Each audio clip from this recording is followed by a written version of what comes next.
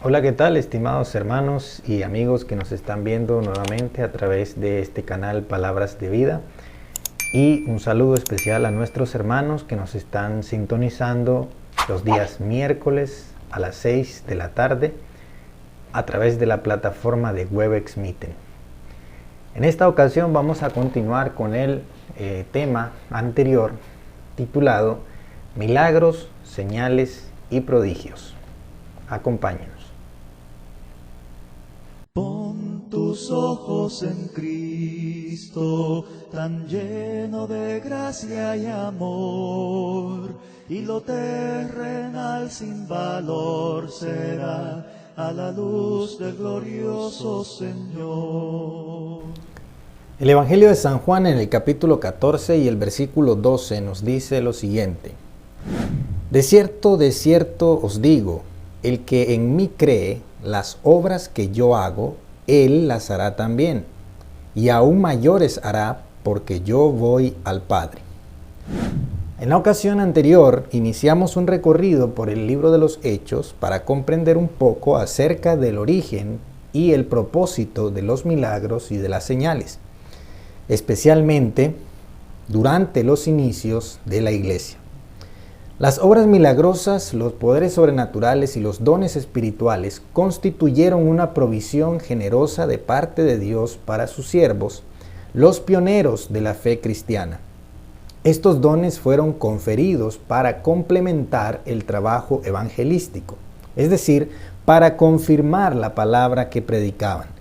También fueron conferidos para edificación de la iglesia naciente y para la perfección de los santos. En el pasaje principal del estudio anterior leíamos que las señales seguían a la palabra para confirmarla. Y en el libro de los Hechos podemos ver en detalle que cada sermón evangelístico fue seguido o antecedido por una señal milagrosa. Ahora, en el primer texto que hemos leído en esta segunda parte, Jesús está anunciando a los discípulos su partida al cielo y la consiguiente venida del Espíritu Santo. Y les promete que aquellos que crean en Él harán las mismas obras que Él hizo y aún mayores que las que Él hizo. Y ciertamente así fue. Cuando leemos este texto, no solo debemos pensar que las obras a las que Jesús se refiere son las obras milagrosas y las señales que Jesús hacía. Por cierto, el Señor nunca fue partidario de hacer milagros solo para satisfacer la vista de las personas. Pero el Señor hizo referencia a toda obra comprendida en el ministerio evangelístico que Él inició. Anunciar el reino de Dios fue una de las más grandes obras que el Señor hizo mientras estuvo en la tierra. Pero debido al corto tiempo que Él estuvo en la tierra, el alcance de su ministerio fue limitado. Y estamos hablando en términos de extensión territorial. Así que los apóstoles debían continuar la obra y extenderla hasta lo último de la tierra. Y ciertamente, como vemos, así lo hicieron. De nuevo, yéndonos al libro de los Hechos, en la última ocasión, estuvimos viendo cómo por la mano de los apóstoles se hacían grandes señales y prodigios. Y no fue sino hasta en el capítulo 6, donde encontramos el relato de los primeros siervos que no eran apóstoles, que obraron milagros y señales, por el poder que recibieron por medio de la imposición de manos de los apóstoles. Quedamos en el capítulo 8, donde Felipe, uno de los 7 diáconos, predicó la palabra en Samaria. Felipe, lleno del Espíritu Santo y acreditado con las señales que hacía, pudo alcanzar a un buen número de samaritanos, los cuales creyeron y fueron bautizados. Cuando los apóstoles oyeron esta noticia, decidieron enviar a Pedro y a Juan. Y el relato nos dice así en el libro de los Hechos, capítulo 8, versículo 12. Pero cuando creyeron a Felipe, que anunciaba el evangelio del reino de Dios y el nombre de Jesucristo, se bautizaban hombres y mujeres. También creyó Simón mismo, y habiéndose bautizado, estaba siempre con Felipe.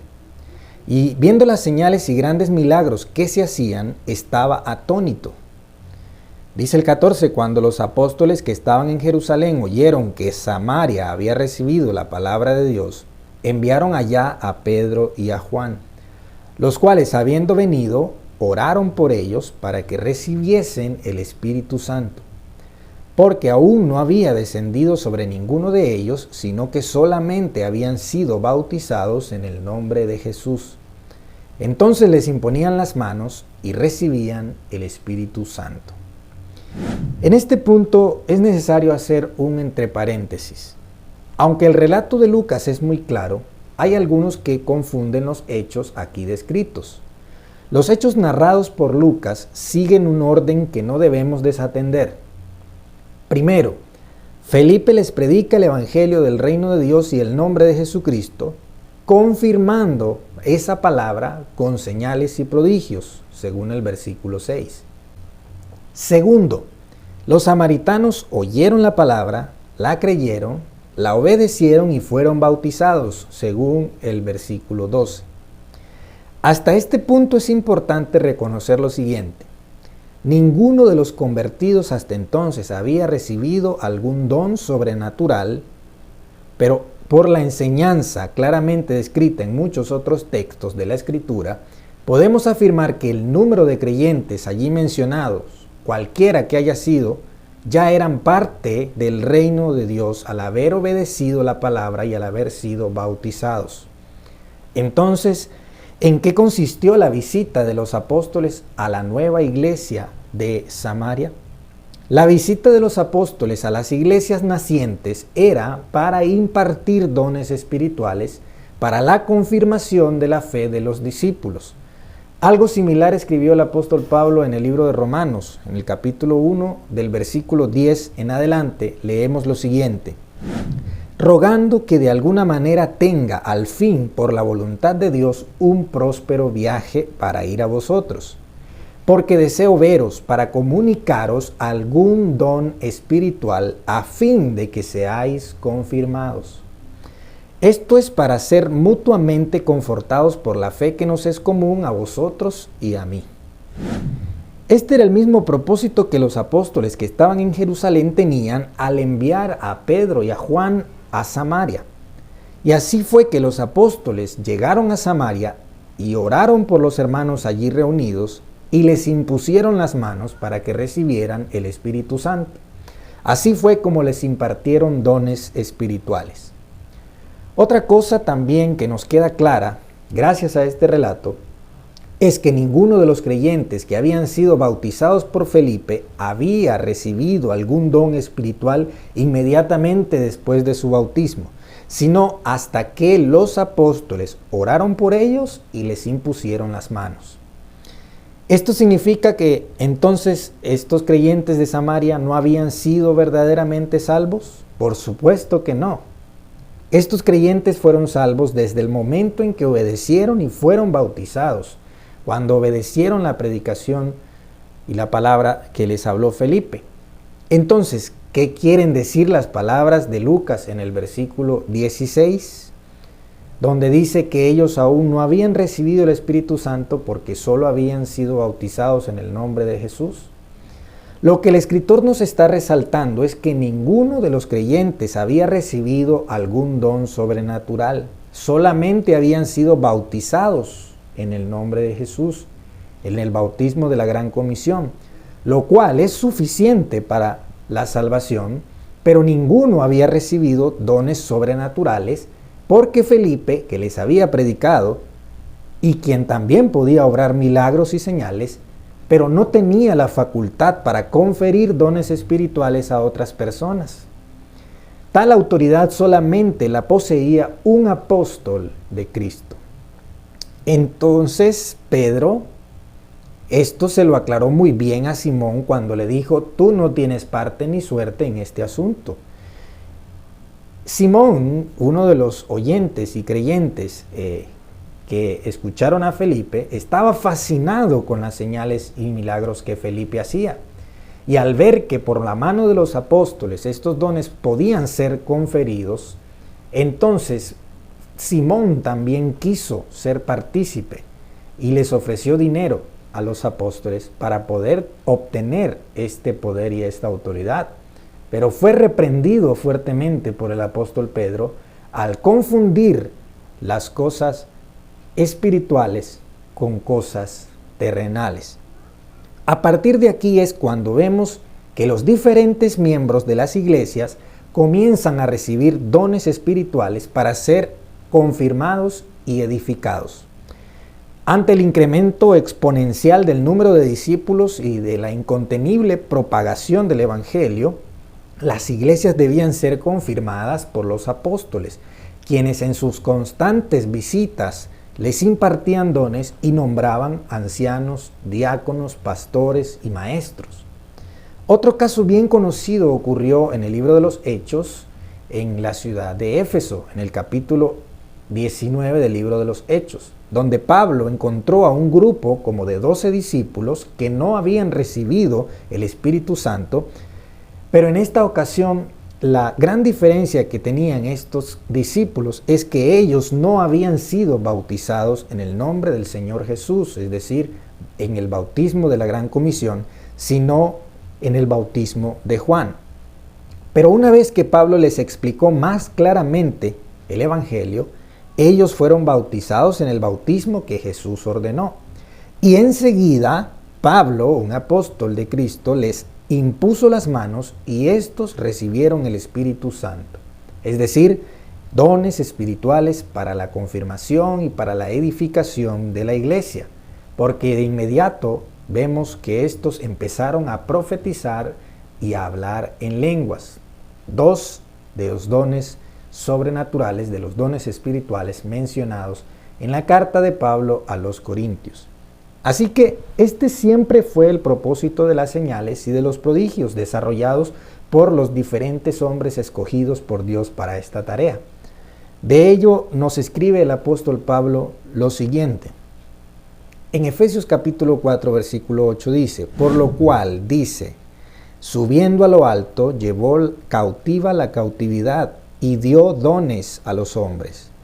Y eso de que subió, ¿qué es? Sino que también había descendido primero a las partes más bajas de la tierra. El que descendió es el mismo que también subió por encima de todos los cielos para llenarlo todo. Y él mismo constituyó a unos apóstoles, a otros profetas, a otros evangelistas, a otros pastores y maestros, a fin de perfeccionar a los santos para la obra del ministerio, para la edificación del cuerpo de Cristo. Y Hebreos capítulo 2, versículo 2 también nos habla del propósito de las señales y de los prodigios desarrollados por algunos de los miembros de la iglesia. Dice el versículo 2, porque si la palabra dicha por medio de los ángeles fue firme, y toda transgresión y desobediencia recibió justa retribución, ¿cómo escaparemos nosotros si descuidamos una salvación tan grande, la cual, habiendo sido anunciada primeramente por el Señor, nos fue confirmada por los que oyeron, testificando Dios juntamente con ellos, con señales y prodigios y diversos milagros y repartimientos del Espíritu Santo según su voluntad? Hemos visto entonces que la concesión de los dones espirituales o los dones sobrenaturales fue un regalo de Dios para la iglesia naciente, con el sano propósito de confirmar la palabra anunciada por los apóstoles, así como también con el propósito de edificar y de perfeccionar al cuerpo de Cristo en todo lugar del mundo. Mientras el Nuevo Testamento, es importante este paréntesis, mientras el Nuevo Testamento estaba siendo escrito. Los dones espirituales no eran un requisito indispensable para ser salvo, y en particular las lenguas nunca fueron un requisito para ser bautizados, sino que el Espíritu concedió estos dones a los discípulos una vez que habían sido añadidos a la iglesia por medio del bautismo. Y finalmente, una pregunta que no queremos dejar flotando es, ¿hoy en día siguen activos estos dones espirituales? Es decir, ¿existen hoy en día personas dentro de la iglesia que puedan desarrollar o que puedan estar dotados para hacer señales, milagros y prodigios como en la iglesia del primer siglo? La respuesta más sincera que podemos dar es que, basados en los relatos que hemos estudiado, considerando los fines y los propósitos que tenían estos dones, y considerando además las condiciones específicas que se debían cumplir para impartir o para recibir estos dones, hoy en día estos dones ya no están presentes o activos en la iglesia actual. La primera razón es que la palabra del Evangelio ya fue confirmada por Dios por medio de los apóstoles.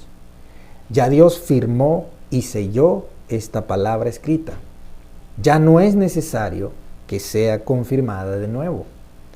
La segunda razón es que al completarse el canon de las Escrituras, ahora somos edificados y perfeccionados por la misma palabra escrita. Entonces, el segundo propósito de los dones espirituales, que era edificar y perfeccionar a los santos, ahora es cumplido por la palabra escrita. La tercera razón es que en la iglesia de hoy ya no hay apóstoles. Los apóstoles eran los únicos que podían impartir dones espirituales a los miembros de la iglesia, como lo dijo claramente el apóstol Pedro a Simón el mago, y como lo confirmamos en los diferentes relatos que hemos estudiado. Así que a los que preguntan si aún creemos que Dios hace milagros, la respuesta es que sí creemos. A los que preguntan si creemos que Dios sigue haciendo milagros hoy en día, la respuesta es que sí creemos. Y entonces preguntan, ¿por qué no creemos en los que profesan que hoy en día pueden hacer milagros, señales y prodigios como en el Nuevo Testamento, en el primer siglo? Pues la respuesta ya la hemos explicado.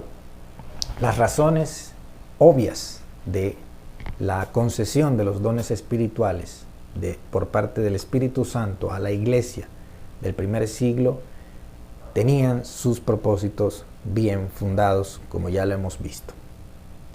Vamos a dejar por aquí esta segunda entrega de este tema, esperando que haya sido de utilidad para tu vida, para tu estudio de las Escrituras, y confiando en Dios de que podamos continuar adelante en este y en otros temas de la misma palabra. Que Dios te bendiga y que sea hasta la próxima. Glorioso Cristo, Rey de lo creado, hombre y Dios te doy loor. Quiero amarte, mi dulce amigo, corona mía y Salvador.